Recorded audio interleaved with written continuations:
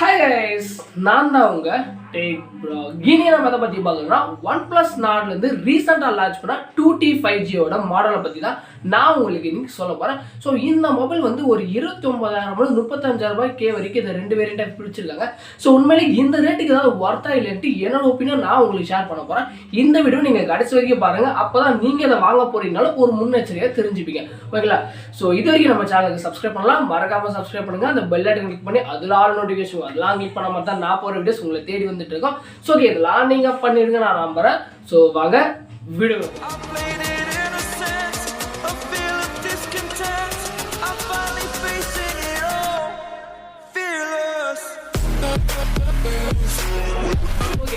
இந்த OnePlus not, so இந்த OnePlus not 2 release பண்ணாங்க. அதுக்கப்புறமா இப்போ 2T.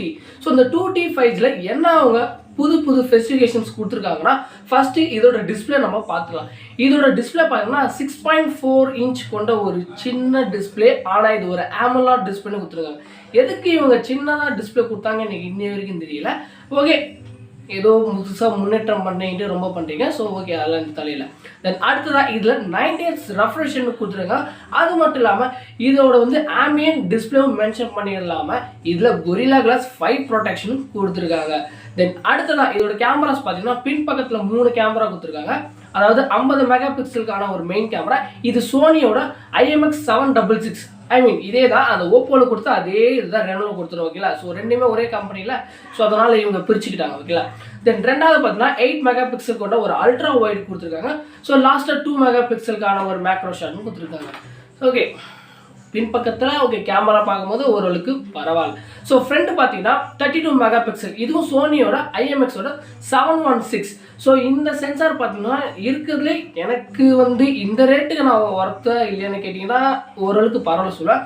பட் ஆனால் மற்ற வேரியண்ட்டை கம்பேர் பண்ணும்போது OnePlusல இது கொடுத்தது எனக்கு தெரிஞ்ச ஒரு பெரிய விஷயம் தான். நல்லா இருக்குது. ஓகேங்களா?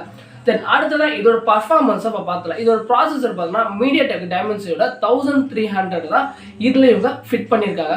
அது மட்டும் இல்லாமல் 1300 வந்து எந்த அளவுக்கு பீட்டப் கொடுக்குன்னா, ரீசெண்டாக இருக்கிற ஸ்னாப்ட்ராகனோட 710 720G ஸோ 7 அந்த வேரியண்ட்டில் இருக்கிற எல்லாத்தோட பர்ஃபார்மன்ஸை இது ஈக்குவல் பேட்டில் பண்ணும். ஸோ அதனால் கேமிங் லெவல்ஸ்க்கு எந்த ஒரு பாதிப்பும் கிடையாது. ஓகேங்களா? ஸோ அடுத்ததான் இதோட GPU பார்த்தீங்கன்னா ARM Mali-G77 MC9. ஓகேங்களா? இந்த சிப்செட்டை ரிலீஸ் பண்ணனால கிராஃபிக்ஸ் குவாலிட்டி வந்து இந்த அளவுக்கு முன்னோட இம்ப்ரூவ்மெண்ட் அதிகமாக இருக்குன்னு சொல்லியிருக்காங்க. அடுத்ததான் இதோட பேட்டரி நம்ம பார்க்கலாம். இதோட பேட்டரி பார்த்தீங்கன்னா பெரிய பேட்டரி கொடுத்துருக்க சொல்லியிருக்காங்க. எவ்வளோ பெருசுனா 4000 mAh பேட்டரி கொடுத்துருக்காங்க. ஆனால் அதை பூஸ்ட் பண்ணுறது மட்டும் 80 watts fast charger hook charger கொடுத்துருக்காங்க. ஸோ அதனால் என்ன, ஏன் எல்லாருமே நல்ல ஒரு பிராண்டு வர்றீங்க, ஏன் கொஞ்சம் இன்னும் இம்ப்ரூவ் ஒரு 5000 கொடுத்து பண்ணுங்களாப்பா. இதெல்லாம் எப்போ பார்த்தாலும் ஒரு 500 கம்மி பண்ண 500 கம்மி. நீ அதிகமாக வாட்ஸ் கொடுக்குறத பற்றி நான் சொல்ல, ஆனால் கொஞ்சம் பேட்டரி பிக்கப் இருந்தால் தான் டே டு டே யூசேஜஸ் வந்து அதிகமாக இருக்கும். நல்லா கொஞ்சம் யூஸ் பண்ணுறதுக்கு நல்லா இருக்கும். ஏன்னா இது ஒரு AMOLED டிஸ்பிளே. ஓகேங்களா? தென் அது இல்லாமல் இல்லை HDR10+ வேறு சப்போர்ட் கொடுத்துருக்காங்க. அதனால நம்ம நார்மல் டைமில் ஒரு மூவிஸை பார்த்தாலும் அதோட எஃபிஷியன்ஸ் அதிகமாக இருக்கிறதுனால நம்ம பேட்டரியோட கன்சப்ஷன் குறைய நிறைய வாய்ப்பு இருக்குது. தென் அடுத்தது இதோட ஸ்டோரேஜ் இப்போ நம்ம பார்த்துலாம். இதில் மொத்தம் 2 வேரியன்ட் லான்ச் பண்ணியிருக்காங்க. ஒன்று வந்து 8GB RAM 120GB வேரியண்ட்டும், இன்னொன்று வந்து 12GB RAM 250 வேரியண்ட்டில் ரிலீஸ் பண்ணியிருக்காங்க. ஸோ ஆக மொத்தம் இந்த 2 வேரியண்ட். ஸோ இந்த 2 வேரியண்ட்டை கமெண்ட் பண்ணால் நல்ல ஒரு குவான்டிட்டி. ஸோ எந்த ஒரு குறையும் கிடையாது. 8GB 128. ஸோ அதனால் இந்த விஷயத்தில் ஸ்டோரேஜில் OnePlus நாட் 2T வந்து உண்மையிலே கிரேட் தான் சொல்லுவேன். ஆனால் இதோட ரேட் வைக்கும் போது தான் எனக்கு பக்குன்னு மாறிடுச்சு. எதுக்காக சொல்லுன்னா, இதோட ரேட்டு பார்த்தீங்கன்னா நான் சொன்னேன் இப்போ அந்த 8GB RAM 128 வந்து 29K, அதாவது 29,000 சேல் பண்ணுறாங்க.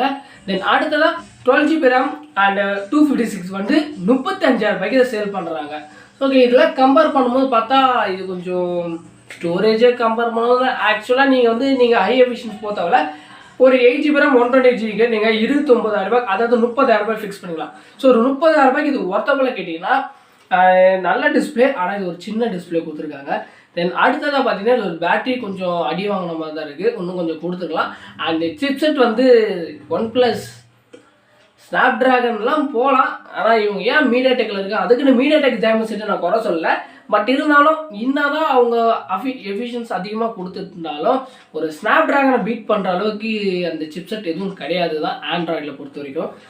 ஸோ அது கொஞ்சம் கொஞ்சம் இடிக்கிற மாதிரியே இருக்குது. ஏன்னா ஒரு 720 and 750 எல்லாம் இவ்வளோ வந்துடுச்சு. அந்த சிப்ஸ்லாம் போட்டுனா இன்னும் வேற லெவலில் இருந்திருக்கும். ஸோ ஆக மொத்தத்தில் இந்த ரேட்டுக்கு பார்த்தீங்கன்னா இது ஒரு ஆவரேஜான ஒரு பட்ஜெட் கிங் தான் நான் சொல்லுவேன். எதுக்காக இது ஆவரேஜ் சேர்த்தோம்னா நல்ல ஒரு டிஸ்பிளே, அது இல்லாமல் OnePlusல எனக்கு பிடிச்சிருந்தது அவங்களோட ஆக்சிஜன் வாய்ஸ் இன்னி வரைக்கும் நல்லா ஸ்டேபிளாக இருக்குது. ஒரு ஆண்ட்ராய்டுக்கு இப்போ இருக்க எல்லா colour OS fun touch so இவங்க எல்லாருமே வந்து ஐ லெவலில் பார்த்தீங்கன்னா அது ஆக்சிஜன் வாய்ஸ் மட்டும் தான் சொல்லுவேன். ஸோ ஆனால் அந்த அளவுக்கு இருக்கும். அது மட்டும் இல்லாமல் இது ஆண்ட்ராய்டு 13க்கும் அப்டேட் கொடுக்குறேன்னு சொல்லியிருக்காங்க.